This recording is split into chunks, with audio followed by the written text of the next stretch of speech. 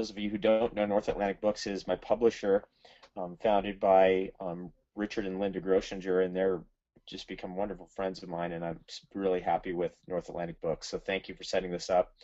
This is a tremendous project that we put together, both myself and North Atlantic Books. I got some great help from the staff there, and we focused down on this really interesting mushroom, a mushroom that has an extraordinary history. It has an extraordinary amount of science behind it, but yet no books are written in Western literature on this most incredible mushroom. And I started into it about 6.5 years ago. That's when I first got into Chaga. And the way it started was I was hunting reishi, and I thought, let me get on the internet, find out what other kind of mushrooms are around. And eventually I came across Chaga, and I called the Mycological Association in Toronto and said, there's this Chaga mushroom grows in Siberia. Do you think it grows over here? Because I'd done a lot of research on the boreal forests of the temperate circumpolar region of our Earth, and it's really the same trees. So I thought, well, if it's over in Siberia, it's probably here. But the Mycological Society in Toronto said, no, it's not here. We don't know what that is. It's over in Siberia. Anyway, I continued to believe that it was probably still around in spite of being turned away by the Mycological Society. I pulled it up on Google Images and just really went out and started looking for it, and I found it. And that's how I got into Chaga, and it's been an incredible journey ever since. Chaga is an extraordinary concentrate of cosmic forces, certain forces. And in Taoist tonic herbalism, foods that are black have very high jing, which means they're actually able to influence your lifespan. That's a very difficult thing to do, apparently, according to the great traditions in our world, from the Indian traditions and the Vedas, and also even Taoist tonic herbalism. But black foods can do it, and Chaga is black in its appearance. Anyway, this herb captured my attention, and by the summer, that was 6 years ago, 6 summers ago, we were making all different kinds of Chaga drinks and Chaga juns and eating the Chaga straight, and we just turned the juice on, and we were doing probably $300 worth of Chaga a day. It was all free, of course, because we were picking it wildly, but we really wanted to investigate just how powerful this stuff was. And that was really the beginning of this book. That's when things started coming together. And it's really part of my own exploration and journey. It's an evolution of my own exploration and journey into the medicinal mushrooms, which to me are absolutely amazing. They're absolutely beautiful because they're gentle, they're soft, they can be eaten by children, they can be eaten by the elderly, they can be eaten by people who've never heard of health food before, they can be eaten by advanced nutrition students, and basically they work the same way. And they're food specifically for our immune system. That's primarily what Chaga is. That's primarily what the great mushroom reishi is. That's primarily what maitake is. It's food for our immune system. So we could eat food for our muscles, protein for our muscles, for example. We could eat food for our lungs, green leafy vegetables. We could eat food for our heart, chocolate and tomatoes, and garlic. But this is food for our immune system. And to me, that's the future. That's where we're going. That is the destiny of nutrition for a human being, is that we're going to realize that we want to feed our non-local immune system, because our immune system doesn't really have a location like our lungs have, or our heart has, or kidneys have. It's everywhere. And when you feed your immune system, then you become more capable, I believe, of not only detoxing yourself. 50% of detoxification is your immune system. It's white blood cells. But you also become capable of dealing with the crises that we see today, immunological crises, the most advanced form of that being cancer. Now, there's a great dictum in Western literature by Hippocrates, and we've all heard the first part of it, let food be thy medicine, but it is a two-part phrase. And the second part is equally as important as the first part. So let's just read it through. It's let food be thy medicine and medicine be thy food. It's both. That's interesting. What kind of medicine is food? What kind of medicine can you take every day? What kind of medicine has a history?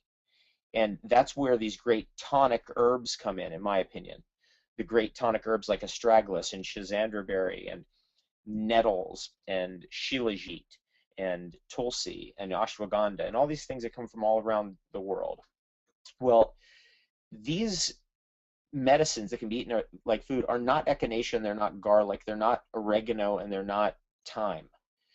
Those are foods, and they're interesting foods, but they're not really medicinal in the sense that you cannot eat them every day, or else they'll throw you out of balance. Garlic, you can't eat every day, or you're going to lose your job. People are going to start laughing it behind your back because you smell like garlic. There are very few tonic herbs or super herbs that you can consume daily that continue to balance you, and that are what we call dual directional.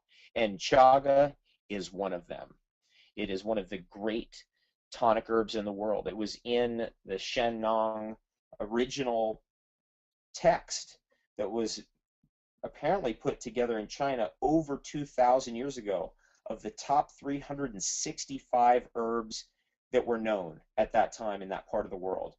And just as we've heard that maybe chaga has a great lore and legend in Siberia, it also has great lore and legend in China. It is very well known in China. And in fact, my friend Ron Teagarden, who we just did an event together this weekend, he actually told me that when he went to meet with the medical director of the Shaolin Monastery, which is an amazing organization, they gave us Zen Buddhism. They've been around for over 1,500 years. They gave us Kung Fu.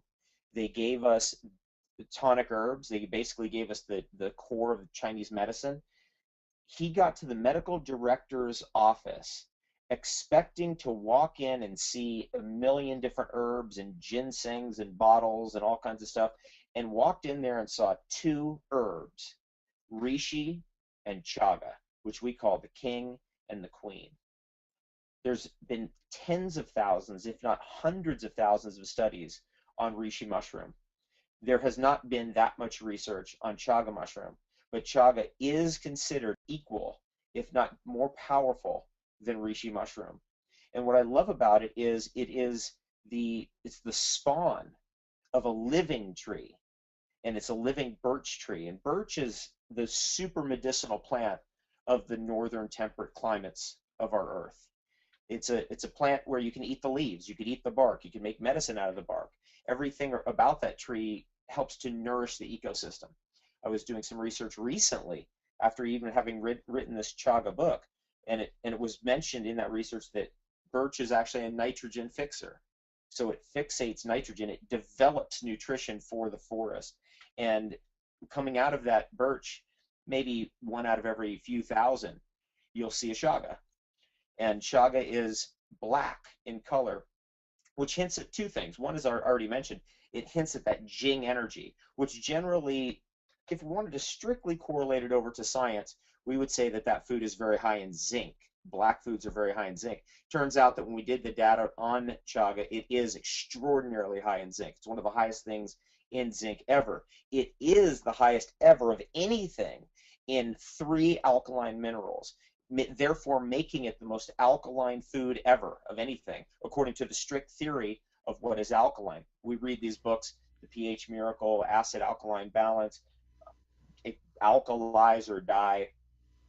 These books are hinting at a science of alkalinity that has to do with the mineral content of a food or an herb. And according to that science, chaga is the highest of anything ever found in potassium, in rubidium, and in cesium. And when I say cesium, we've probably never heard about that unless it was in a radioactive context. So I'm saying a non-radioactive cesium. Hey, So David, it's a very, before we move on, we have a poll. We want to ask everybody if they've ever used chaga or any chaga products. So we're going to take a second and do this poll. And then once you guys have answered, we will actually turn it back over to David. So just 1 second here, we'll get started on the poll.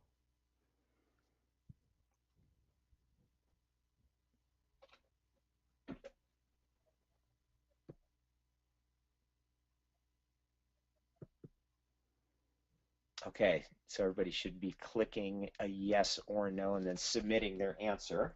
Yeah, We're actually going to do a few polls throughout this presentation. we We're going are. to do at least 3. Yeah, so we're gonna discover some things here about our group. We're at 90% voted. We'll give you 5 more seconds. I think that was 5 seconds. Okay.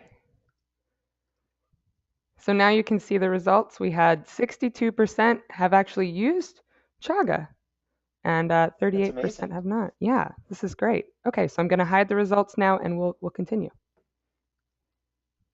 Okay, great. Well, chaga is extraordinarily nutritious, as Maxim Analytics has informed me. They're an amazing lab, a billion-dollar facility in Toronto that started testing chaga samples and found me on the internet and called me in there to show me what they found, and ended up contributing some really extraordinary and astonishing data to the chaga book, the mineral data being the foremost in that regard. The power of chaga goes beyond just the mineral content, though. It's the highest natural source of melanin of any plant or anything, any herb in the world.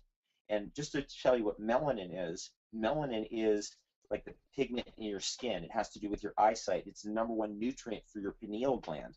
And I remember having David Wilcock in the audience, and I was doing a talk on the melanin in chaga, and then he volunteered that information that the number one nutrient required by the pineal gland is melanin. Chaga is extraordinarily rich in 27 different types of beta glucans.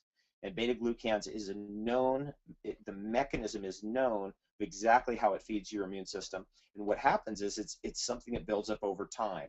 And for those of you who've been tuning into the idea of Jing and Shen and Qi and these treasures that are built up in Taoist tonic herbalism, there's this idea of gaining a momentum with herbs. Now, we never heard that in the West. We heard, oh, you're sick, you got to take an herb. But what has been taught for 5,000 years in the Shaolin monastery is that no, what you do is you build up a momentum with that herb, and then it builds up a treasure for you. It's like putting something away for tomorrow and the next day and for 10 years from now and for 100 years from now, so that you gain that longevity. The beta glucans essentially comes in, it feeds your white blood cells directly. They produce more weaponry. It also heads down to your bone marrow, stimulating the production of more white blood cells from the stem cells down in the bone marrow. They then show up. The next day, you have more chaga or other medicinal mushrooms that contain beta glucans, and they get fed. They produce more weapons. They send a message down to the bone marrow to produce more white blood cells. Those white blood cells show up, and it builds up, and it builds a momentum. And then people ask me, well, what if you have autoimmune? What if you have asthma or allergy? You don't want that, do you? And the answer is yes, you do, because these things are dual directional. Chaga is a dual directional super herb.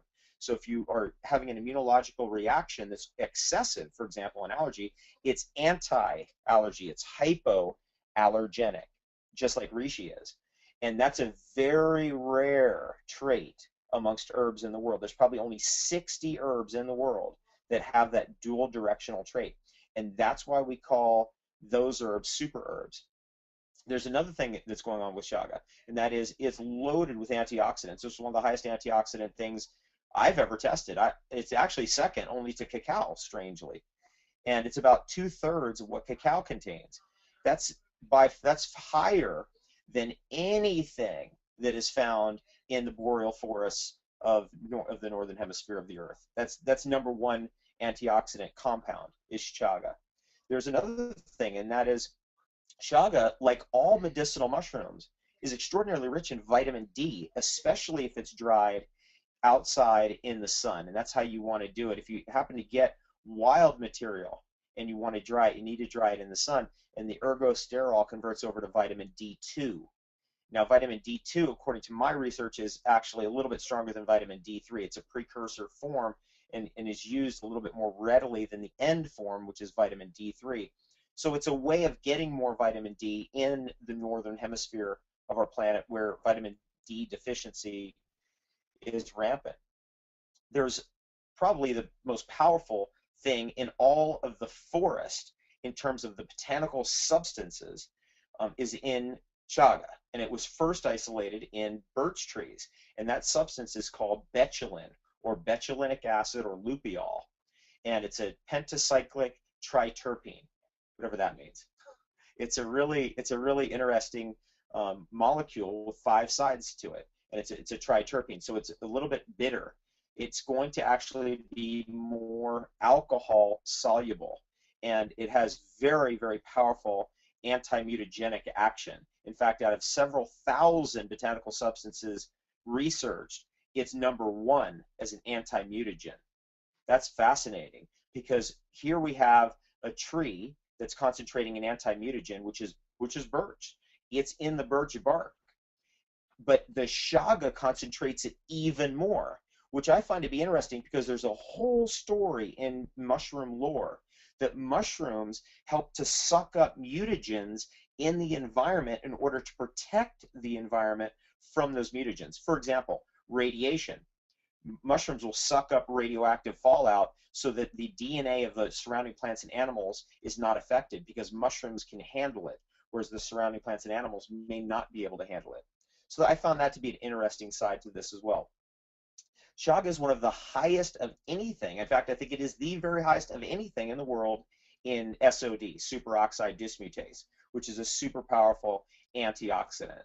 And there's whole books written on SOD and its power to cleanse the liver, power to cleanse the bloodstream. And here we have Chaga is just off the charts in that too. This is so interesting, because out of all possibilities, just to stumble into this mushroom, it feels like there's a higher mind at work, that these medicines become available right when we need them. Now, in Western literature, Chaga was introduced to us by Alexander Solzhenitsyn in his 1968 book, The Cancer Ward, his semi-autobiographical work, The Cancer Ward. And in that book, he discusses the cancer ward in Siberia, where political prisoners are basically left there to rot.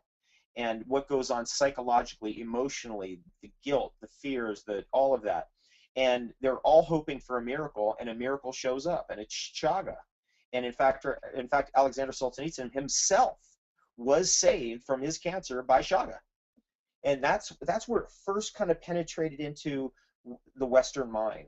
It took many, many years for the mycological societies around North America to kind of catch on to this Siberian super mushroom. And then it took really until recently until we realized, wait a second, it's right here too. It's grown in New England. It's all over Canada. It's growing in basically any place where birch will grow.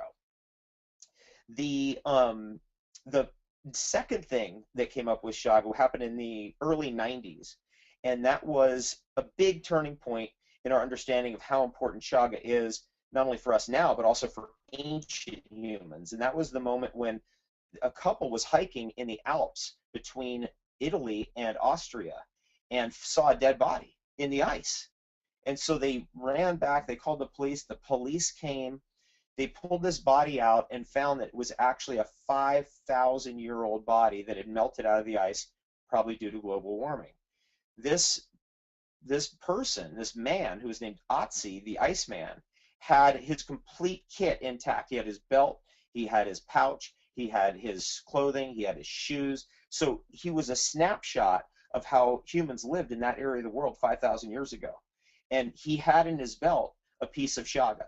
It's the oldest piece of Chaga known.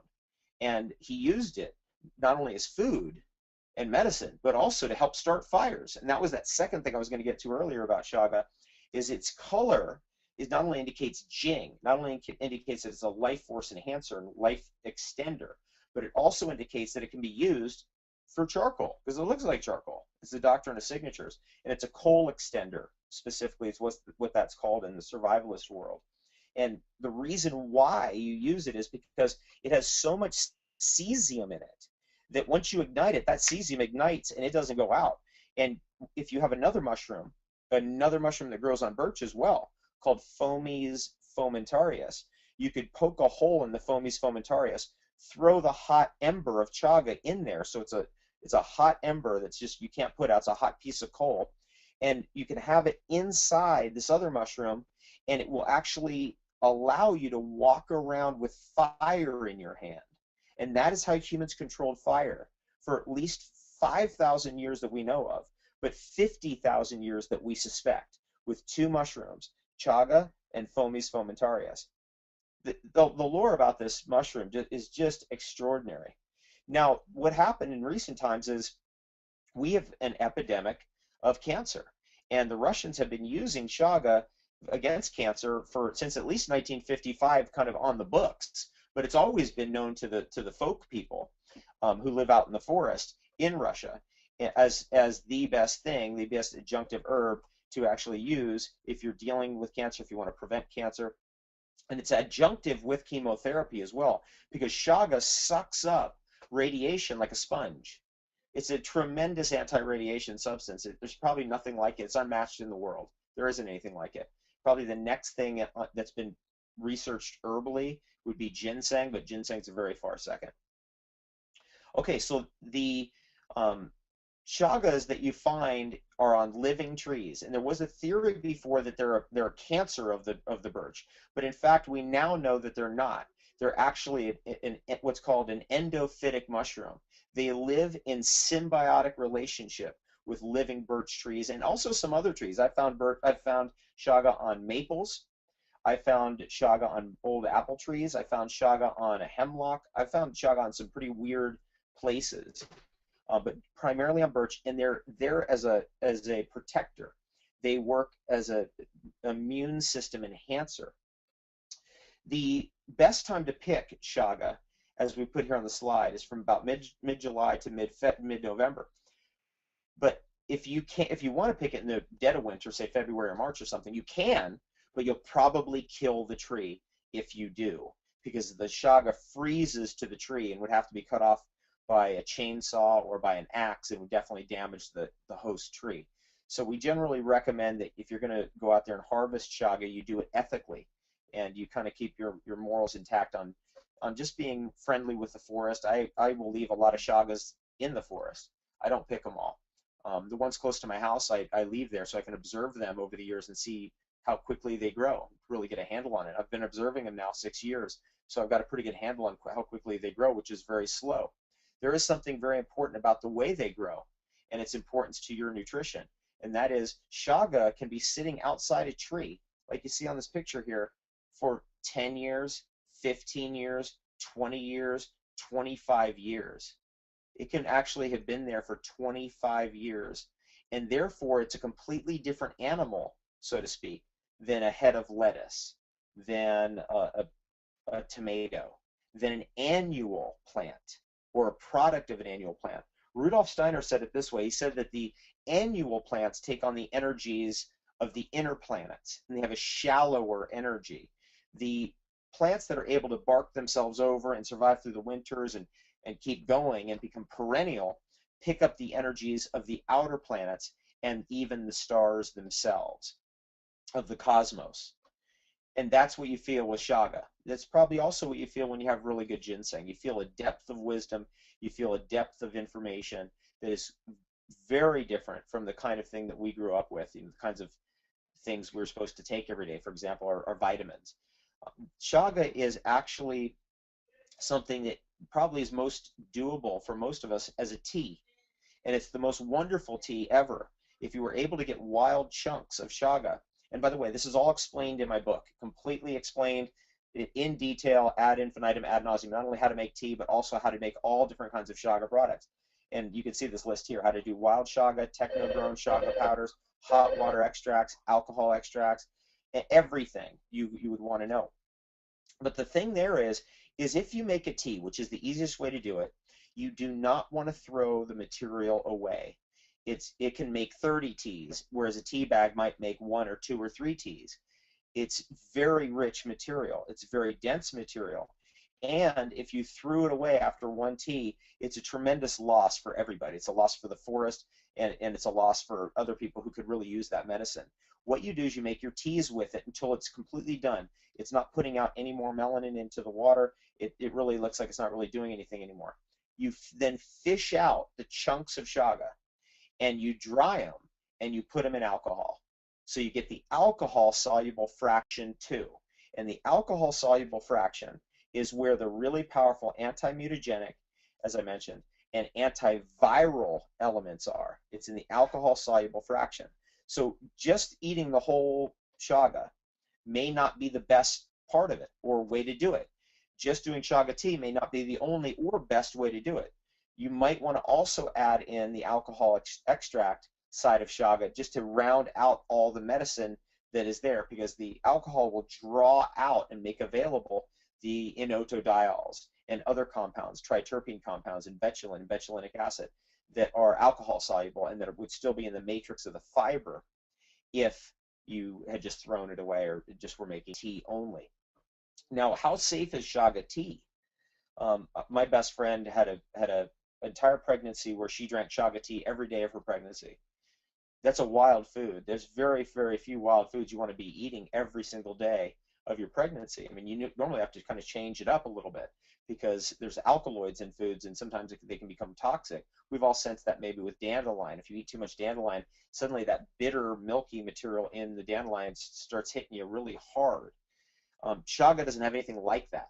It's nothing at all to do with anything like that. So it's very safe. And in fact, medicinal mushrooms are safer than food. They're safer than food. We sometimes forget how toxic food can be or how toxic food is.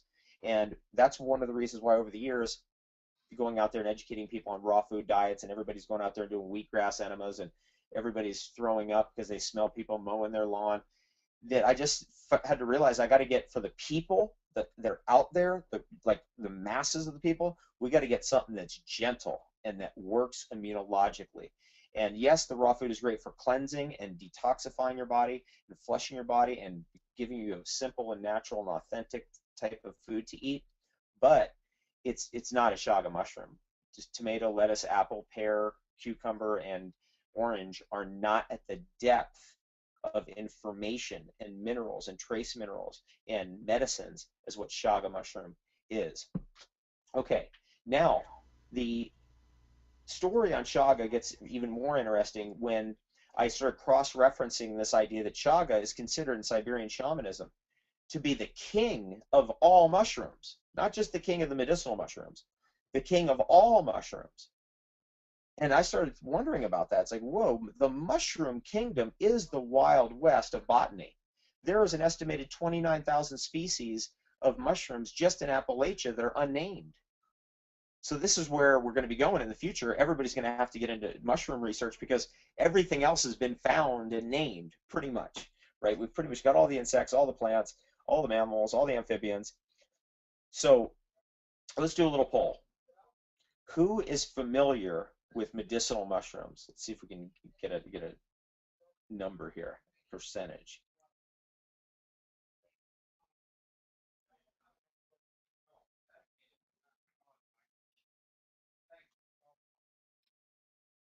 Okay, cast your votes. Give you another minute here. I'm seeing that 76% have voted, so we could give it another 5 seconds or so.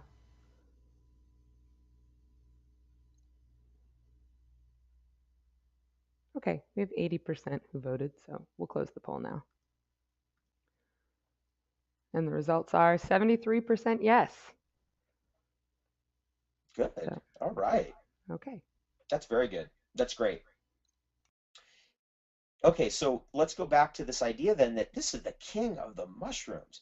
This has got to have some secrets we ain't ever heard anything about. And having been deep into Chaga, being a Chaga hunter basically for all these years and playing around with different extracts of it, there's really something weird going on with Chaga. It's really different. And this is my guess as to what it is, and this is something I put in the Chaga book. That Chaga, like cordyceps, is not a single mushroom. It is actually a grouping of organisms that live symbiotically together, kind of like a kombucha. Like a kombucha isn't just yeast. It's like yeast, certain types of bacteria, other types of yeast, and they live as a colony better together than than individually. That's kind of how Chaga is. It's something weird like that. Now, the way we got hip to an angle on what kind of other organisms are involved with Chaga is that my neighbors were drinking Chaga tea, and they had a very interesting thing happen, and they live right off the land. So they basically use composting toilets. So you go number 2 in a composting toilet that's basically filled with sawdust, and then you churn the sawdust through, and the material drops through a set of gears to a bottom basin, and then that's where the material stays until you go and throw it out in the garden or whatever you do with your waste when you live like that. Anyway, from drinking Chaga tea that had been boiled, they immediately noticed that there was something coming through that was living, and it was forming filaments like horsehair in their composting toilet so fast that you couldn't run the waste through the gear system. It became too hard, too thick, too wiry, too fast.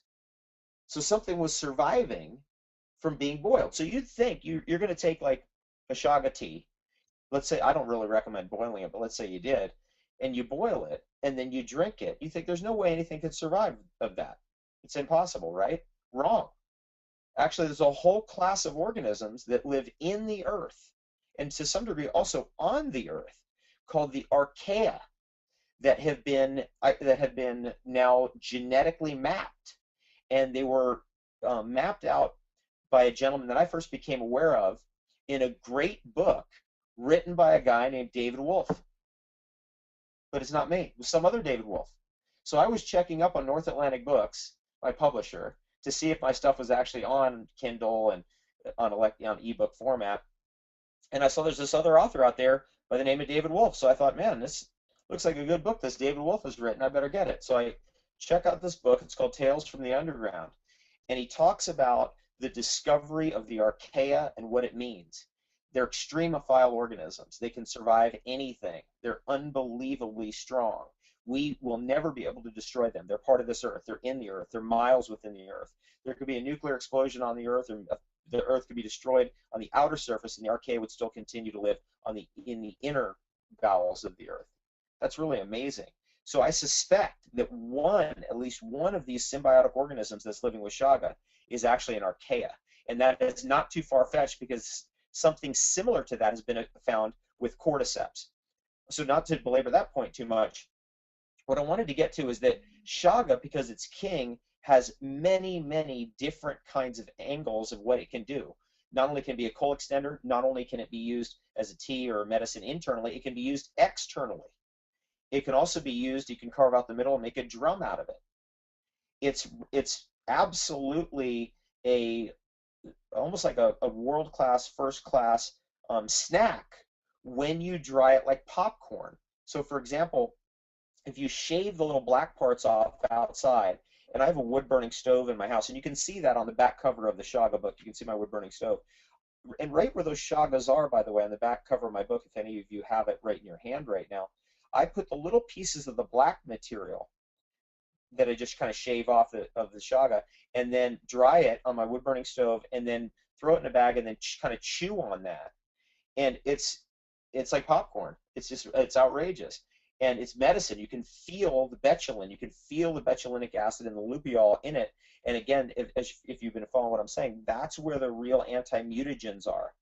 This is a food that we need for today. And the reason why we need it is because of the amount of mutagens that we've dumped into the environment. I referenced earlier about this idea that the mushrooms suck up mutagens. They suck up radiation. And there's a historical idea here that has been turned around in mycological circles for hundreds of years. And that's the idea that mushrooms aren't from here, that they come in here to help life get going, to help build forests up, to trade with plants and get energy for minerals. The mushroom gives the mineral over to the plant. The plant has this chlorophyll up in the sky, so they pass down a sugar and they give that energy to the mushroom. There's a little bit of a symbiotic relationship between mushrooms and plants. Anyway, the mushroom from outer space idea definitely is something that comes up when you've been playing around with Chaga. Jing energy, which is the black energy, is mostly what you see when you go out in the night sky. It's all black.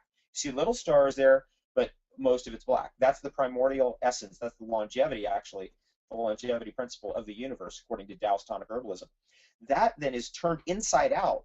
And on this planet, instead of seeing all black and with a little bit of stars, we see the opposite.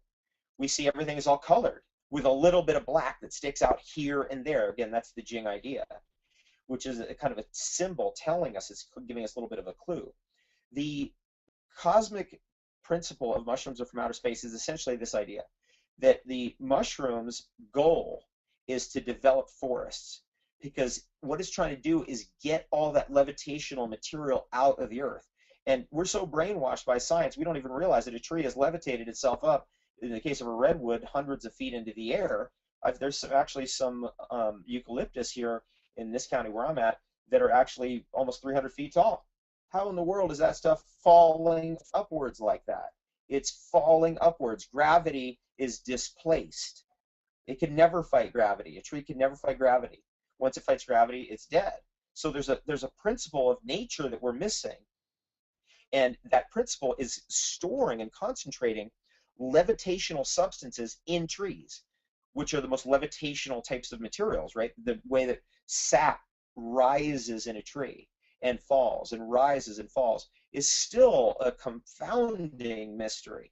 I've read all the books I can read on that subject, and they all conflict with each other. And when you get right down to it, nobody really knows how sap rises in a tree. You get stories, well, it's the pressure, it's the suction, it's this and that. But the temperatures of the tree don't obviate that. They don't indicate that that's correct. Anyway, what the mushroom's doing is just trying to get all this levitational material out of the earth, concentrate it in a tree, then switch from a ground mushroom, and just to put this distinction out there, ground mushrooms, like the ones that come up in your lawn, can be totally deadly, can be dangerously toxic. Tree mushrooms are medicinal. That's an interesting distinction. Tree mushrooms are medicinal. And there's only one exception, because there's an exception to every rule, which is the jack-o'-lantern. The jack-o'-lantern is a glow-in-the-dark tree mushroom, which is toxic. But all of the tree mushrooms are medicinal, which tells us something about trees and forests and what happens when we lose our forests. At any rate, once that levitational material has been concentrated by the tree, the mushroom then eats that. It wants to eat that, it concentrates it into its spores, and then during a highly energetic event, which maybe happens once in a few minutes each year, which I've observed before, which is a trip to see, a polypore, or a tree mushroom, that's what they're called polypores, will squirt out or spew out its spores, and they float up into the air like smoke. They go up because they're levitational.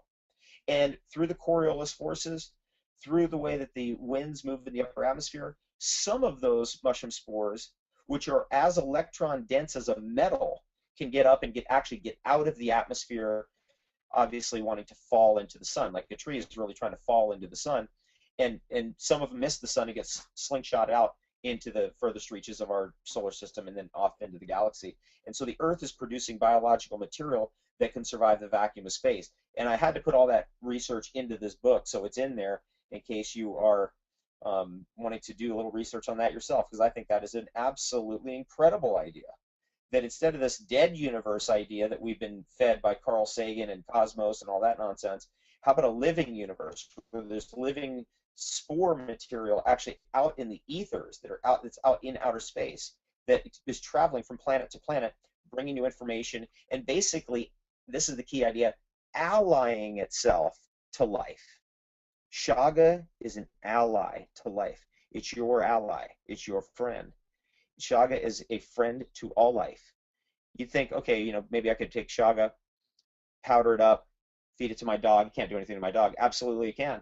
Feed it to my cat. Sure, it'd be great for your cat. It's completely non-toxic. It's an amazing thing in that regard. It doesn't smell at all like a mushroom, too, and that's also very interesting because some people do have mushroom allergies, but that mushroom allergy is always associated with the particular odor of the mushroom, that mushroomy flavor and odor that we all detect. Chaga doesn't have that.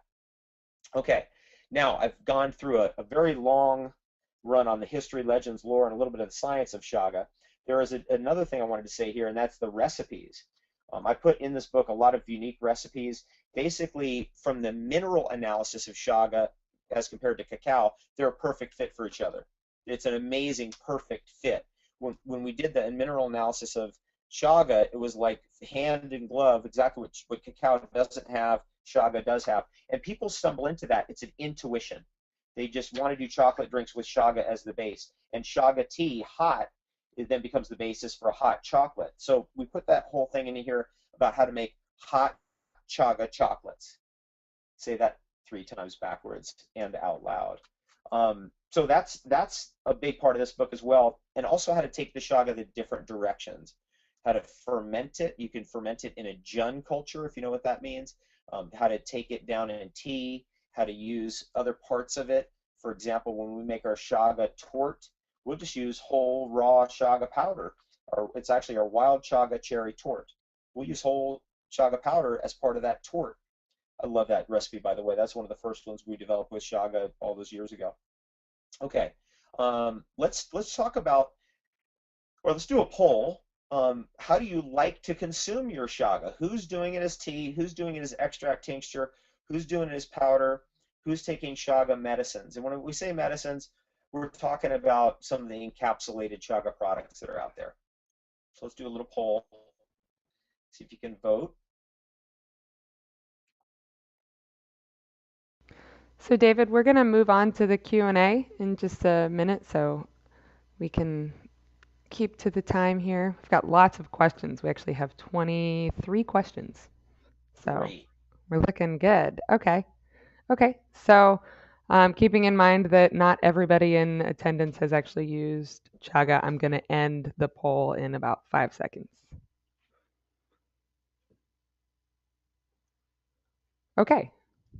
So looks like people are using it mostly as a tea, 61% as a tea.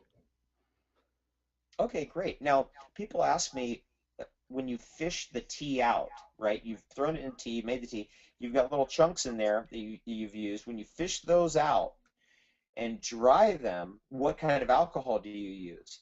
And the answer is just use vodka because it's easy to remember and it's simple. And just throw it in there. That's the easiest way to deal with it.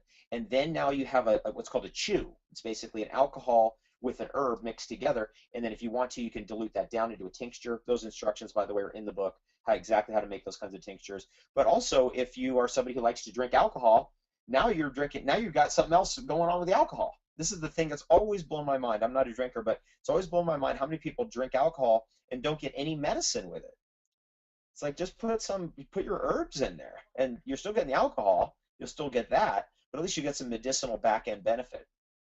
Okay, that's just a pet peeve I have. Anyway, we've got a lot of questions. Let's just fire right into it. Okay, so we have the first question from Catherine is, how many years does it take for the chaga to regrow? Should we be careful and responsible for the way we harvest it?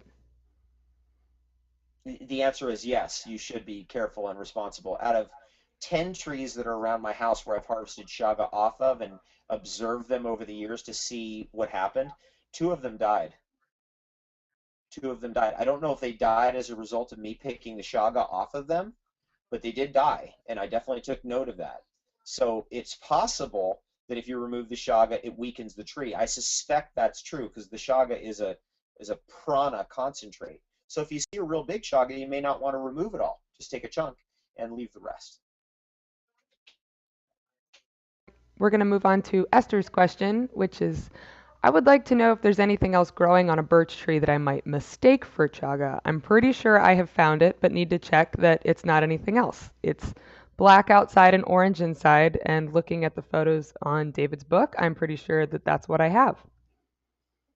It could be a chaga. It could also be a phalinus. The phalinus genus of mushrooms has very powerful anti-mutagenic properties as well, and is very powerful adjunct with chaga. They go well together, and I've seen them growing on the same tree. In fact, I put a picture of that in the chaga book. The way you tell the difference is that the phalinus is like all other medicinal mushrooms. It has a bottom. It has a porous surface, whereas chaga is not really a fruiting body with a porous surface on the bottom. It's actually a herniated mycelium, which that's another very bizarre thing about chaga. Every other medicinal mushroom that grows on a tree has a top and a bottom, except for chaga, which is basically the part that normally you would have in the tree gets squished out of the tree. So when a mushroom is growing in a tree, most of the action is happening in the tree. It's not the part you see that comes out. The part that comes out is a fruiting body. All the mushrooms we've picked over the last several thousand years have been, for the most part, fruiting bodies, with the exception of chaga. Okay, and this question is from Ben. He says, do you feel that any beneficial properties of chaga would be lost if it were steeped and then used in baking? So chaga bread, or maybe at least used as water for some chaga oatmeal. Me personally, no. No, chaga is too powerful. It can survive being boiled. I mean, it's like it's space food. It's cosmic food. And the answer is, yeah, use it. And if you're going to bake something, use chaga in it, absolutely, because chaga is like a flour. When you crush it to a powder, it's like a flour, and that's why we use it in our chaga, wild chaga cherry tort. So this question from AJ might be my favorite of the day. I have to tell you. Is it true that you can smoke chaga for benefits? How would you go about doing that, and is the experience worth it? Um, I've done it. I heard you could do it, so I did it just to see what would happen. Um, the chaga is a coal extender, so it's always been used to keep the fire going historically in the northern hemisphere of the earth. And therefore the vapors of it have been breathed in and have somewhat of a little bit of a lore behind them that it says is good for you. The ignited cesium that is present in that vapor is probably very good for you to breathe in, actually. And you definitely don't want to breathe in the cesium that's coming over here from Fukushima that's radioactive, and one displaces the other, by the way. So if you have enough chaga in your system, you won't absorb any radioactive cesium. Just like if you have enough iodine in your system, you won't absorb radioactive iodine. Okay, so here's a really great question from, I think it's Jorgen. When you take other mushrooms like reishi and shiitake into consideration, should I forget these and just go for chaga, or is it wise to also add these to my diet? I think it's wise to add all the medicinal mushrooms to your diet, the top 24 to 25 medicinal mushrooms, which for the most part are tree mushrooms. There's Agaricus blazei, which is the ground mushroom that's considered one of the great medicinal mushrooms. There's cordyceps, which is an organism that eats a worm just under the glaciers in the Himalayas. But for the most part, all the other ones are tree mushrooms. So I like having the full gamut. However, it's always based around Chaga and Rishi. Excellent. So I think this is Jeannie asks, where is the best place online to order a powder from, not capsule? So she says Amazon sells it. Am I safe buying it from Amazon? Amazon, I don't even use Amazon, so I really don't know. So I can't answer that question. But the best powder that I've been able to track down, I actually put it up on Longevity Warehouse. Actually, it's going up this week.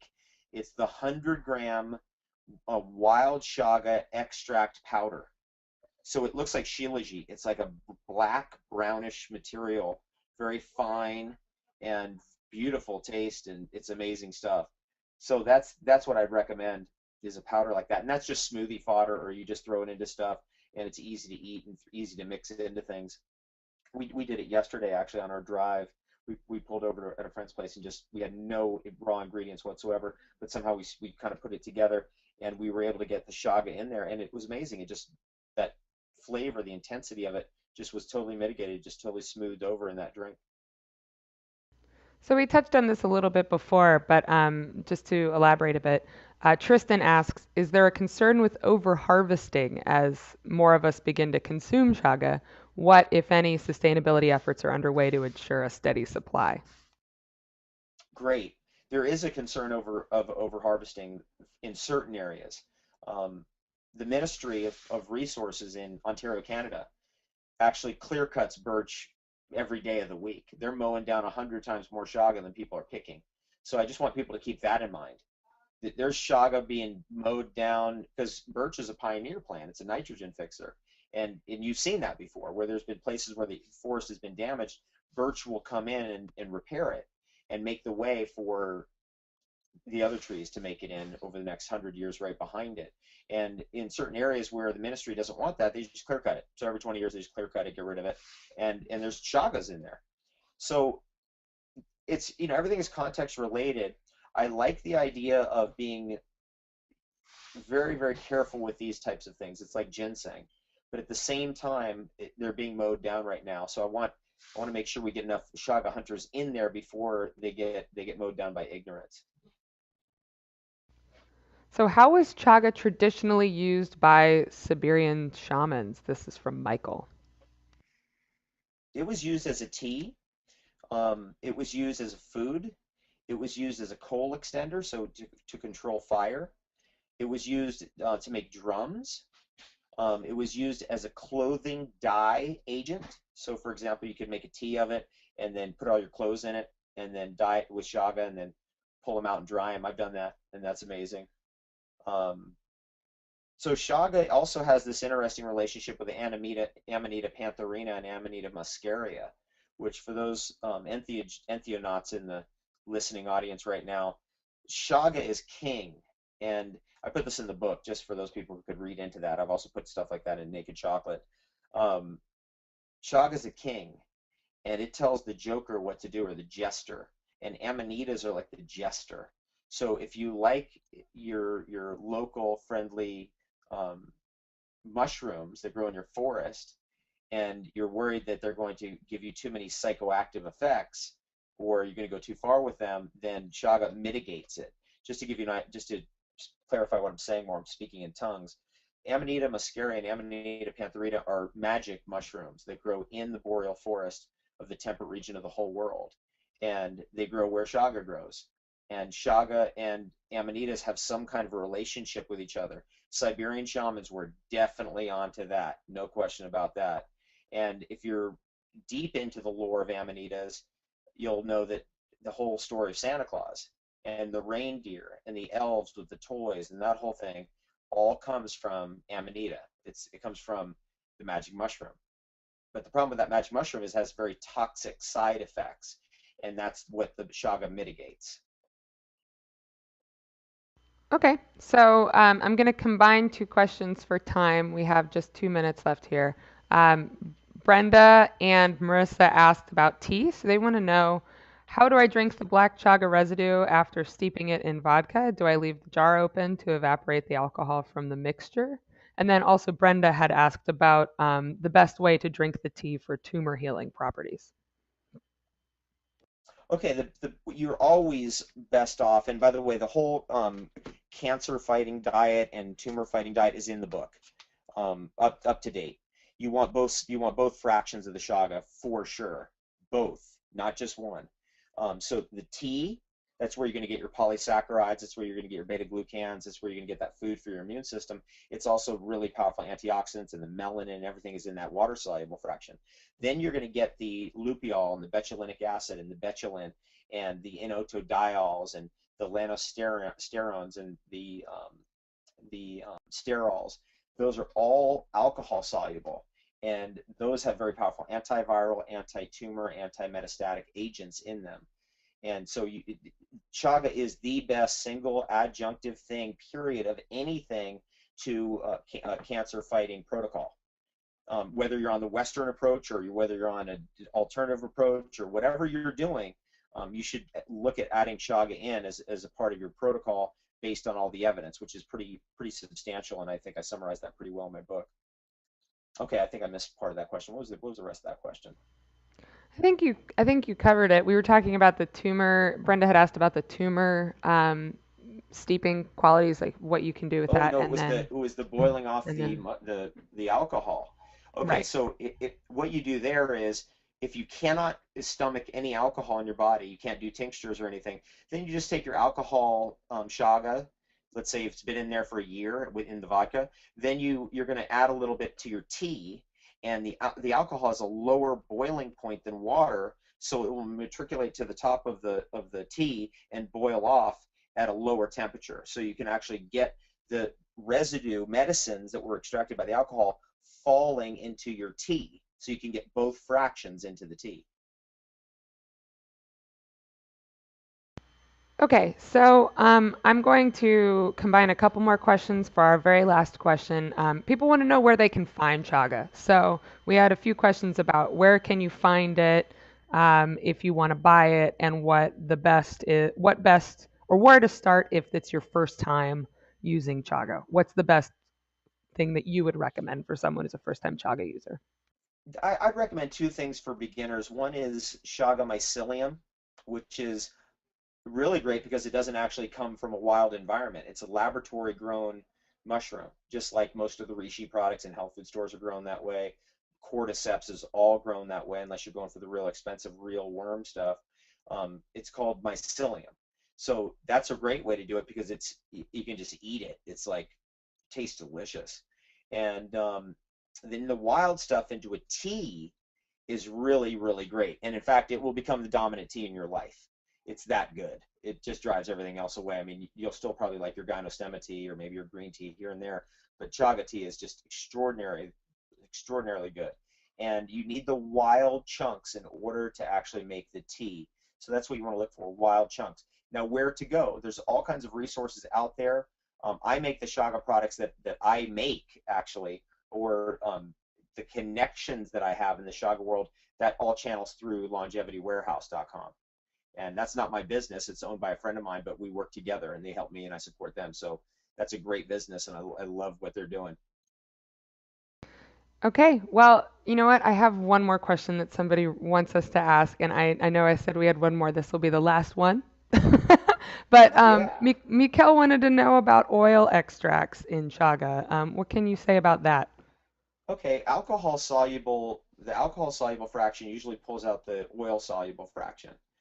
So if you want to do like an oil extract, which I've done a lot and I talk about it in there, and skip the alcohol, you can get a similar type of fraction out, but you're not going to cover the surface area. It's not going to have the drawing power as the alcohol.